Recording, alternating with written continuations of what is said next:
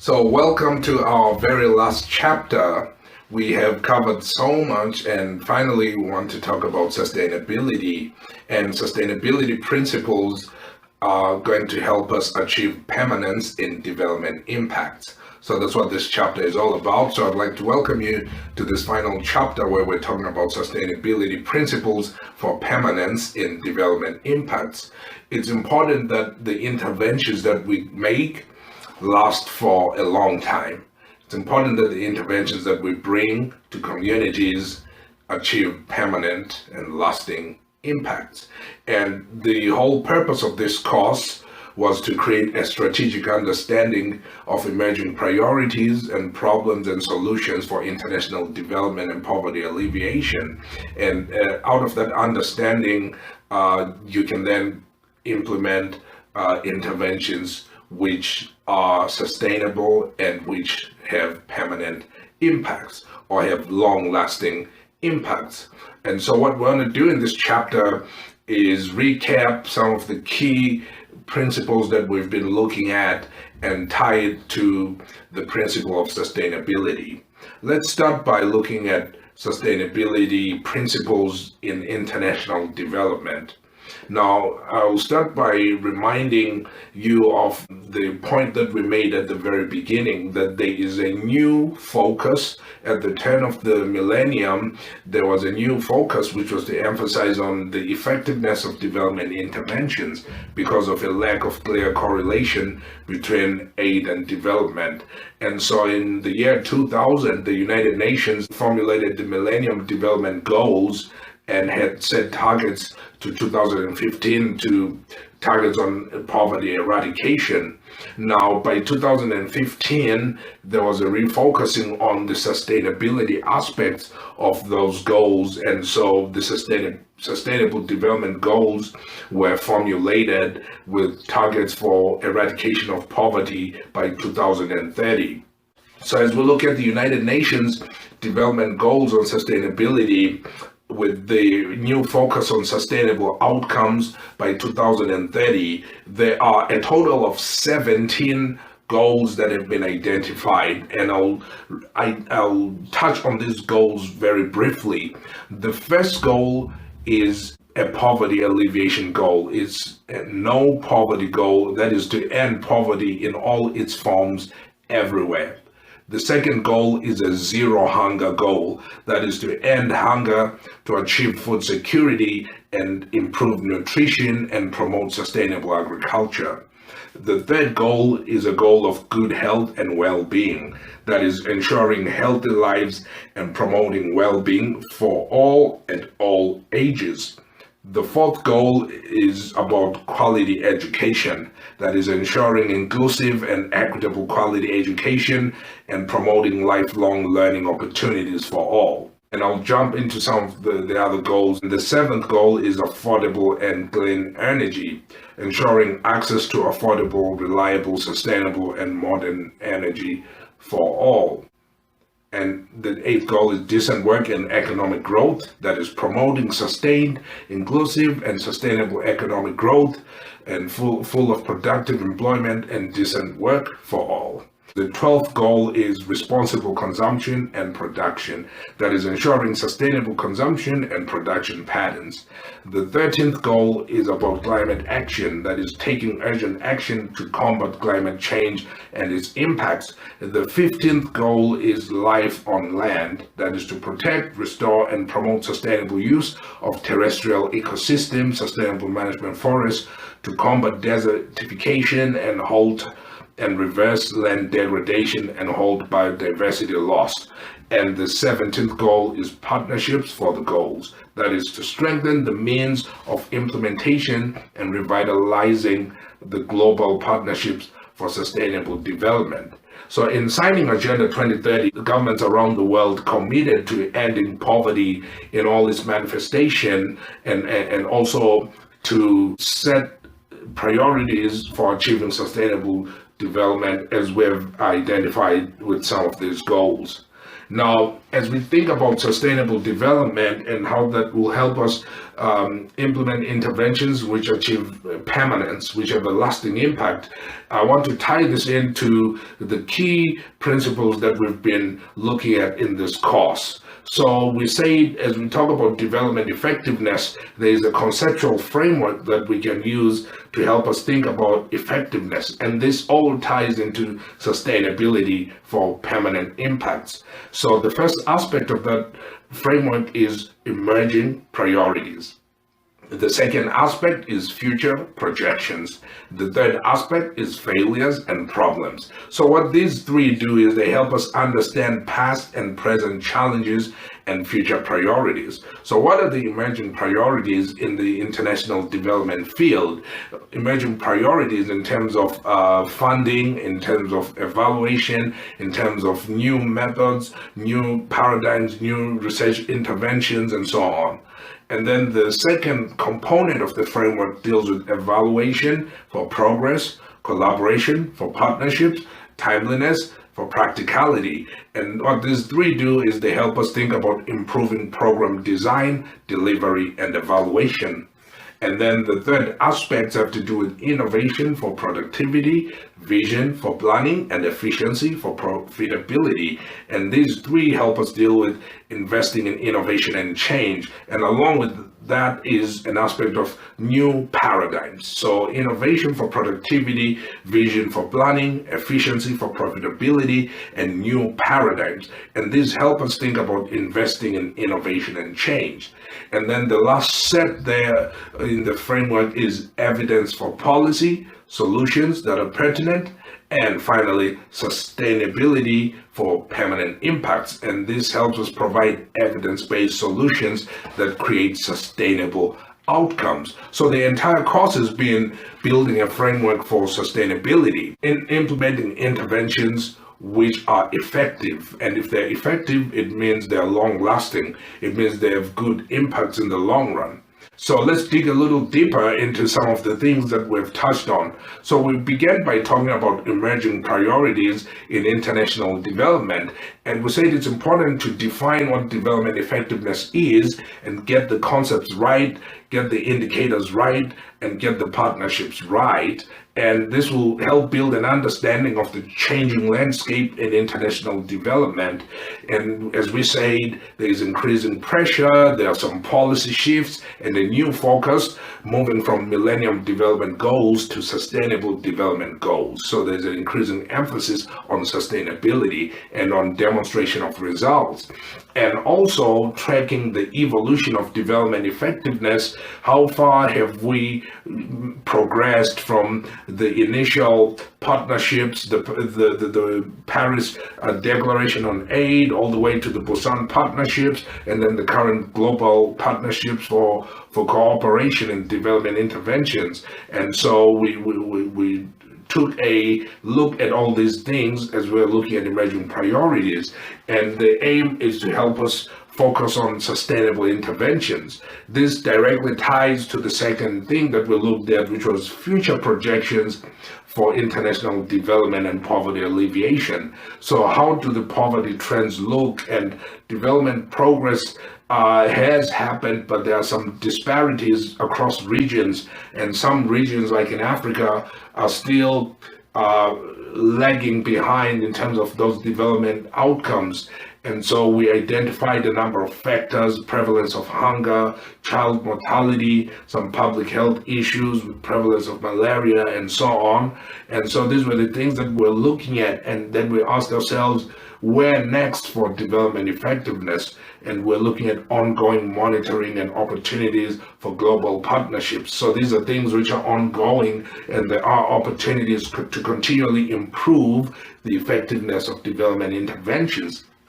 And then, of course, we began to look at failures and problems with past poverty alleviation efforts, looking at the criticism of aid and examining that aid development correlation, aid and its role in local markets. There's some concerns that it can undermine the development of local markets. And so we're exploring all these things, but also looking at some success stories, right?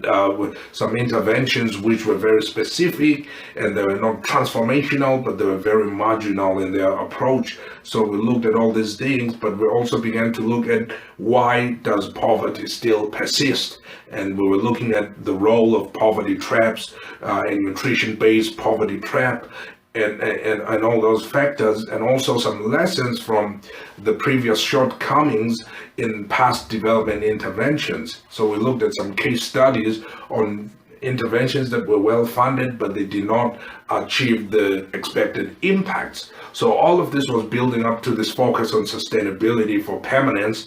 And then we went in to look at the role of evaluation for measuring progress in development interventions.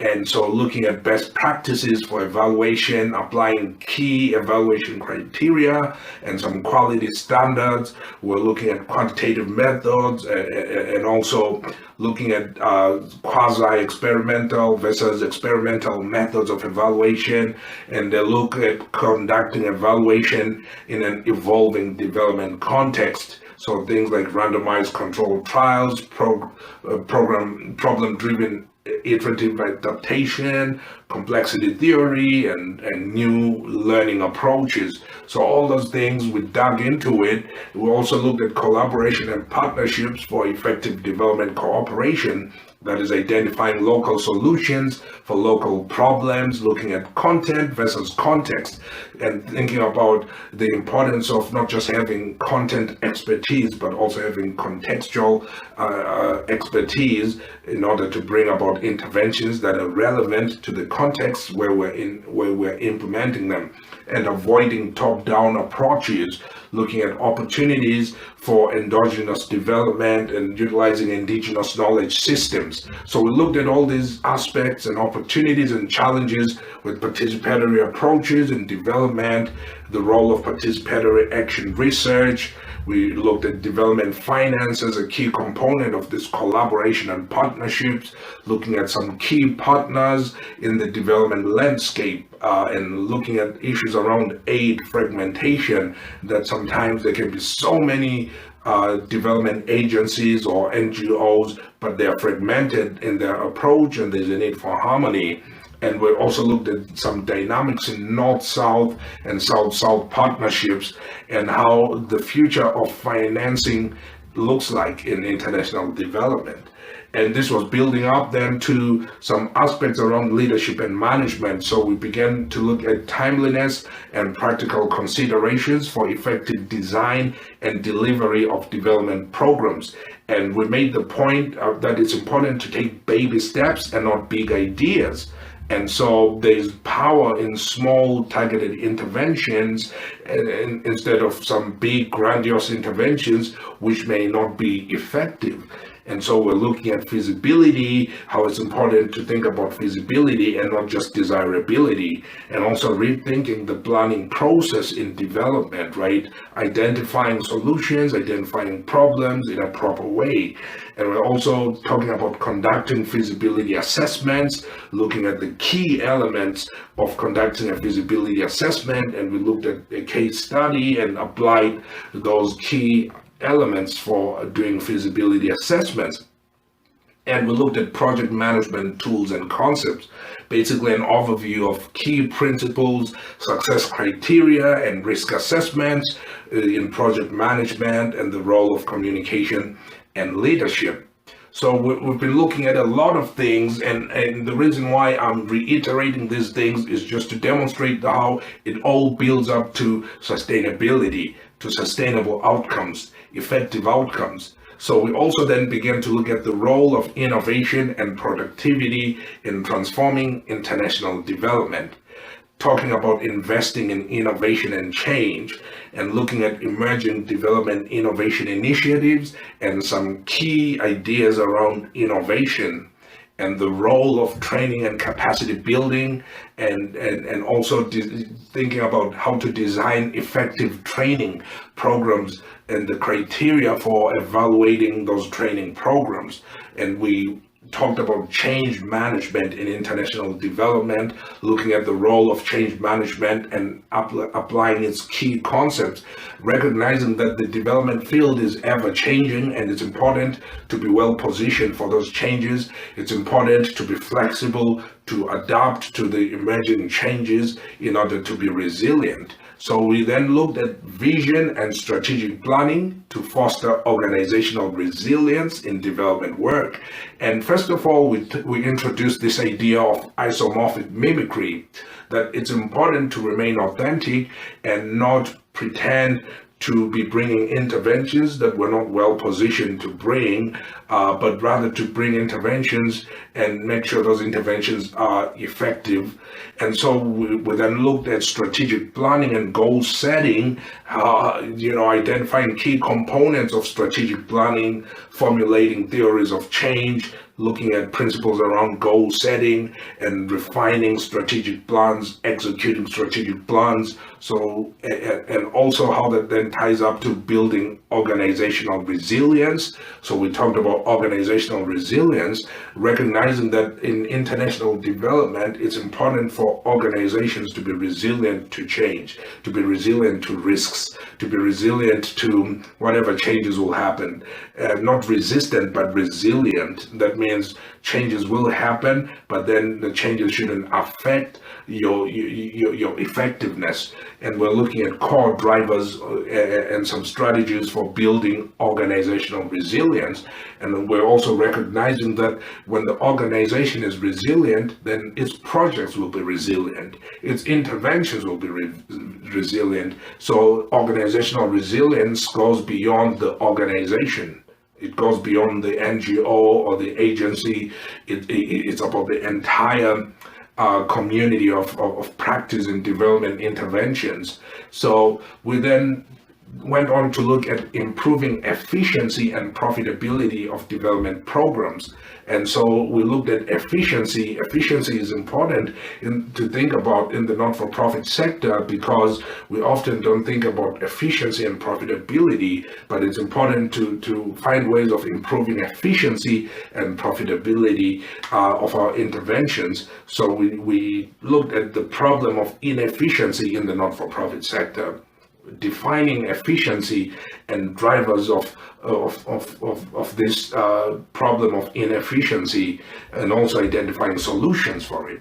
Then we looked at some challenges in measuring efficiency in the not-for-profit sector. So we looked at some common financial ratios which may be inadequate in giving us a proper understanding of proper measures of efficiency in development work, and also applying efficiency models in international development. So we looked at some efficiency models, looking at subsidies versus free delivery interventions, direct distribution versus market fares, assessing technical efficiency of new interventions. So we're looking at applying different efficiency models, right, in international development, looking at things like subsidy models versus free delivery interventions, looking at direct distribution versus market-led mechanisms, looking at assessing technical efficiency of new interventions.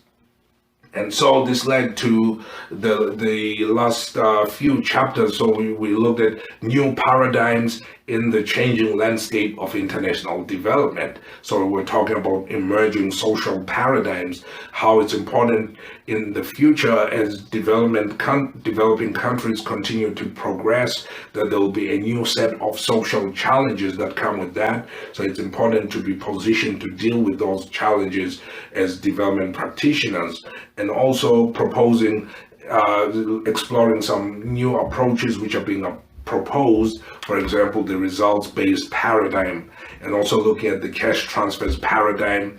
We're looking at household bargaining. We're looking at the role of harnessing the data revolution, how big data can be utilized to effectively implement interventions in a cost-effective way, in a timely way, the role of satellite imagery, the role of metadata in poverty targeting. So those are some new paradigms that we began to explore. And then we then looked at using evidence to influence development policy. So moving from evidence to action. why the low uptake of research outputs, and so we're identifying some causes of that and looking at strategies for influencing development policy. Then we began to look at development solutions that are pertinent and relevant for local context. So identifying the importance of solving problems instead of selling solutions, and also looking at tools for problem identification and tools for context analysis. So all this led to this final chapter on sustainability in order to achieve permanent impacts. It all ties in together, and that's what sustainability is all about. It's all about implementing interventions which are effective, interventions which help us be positioned for the future. So that's really what this course has been all about. And so we're just tying it all together now.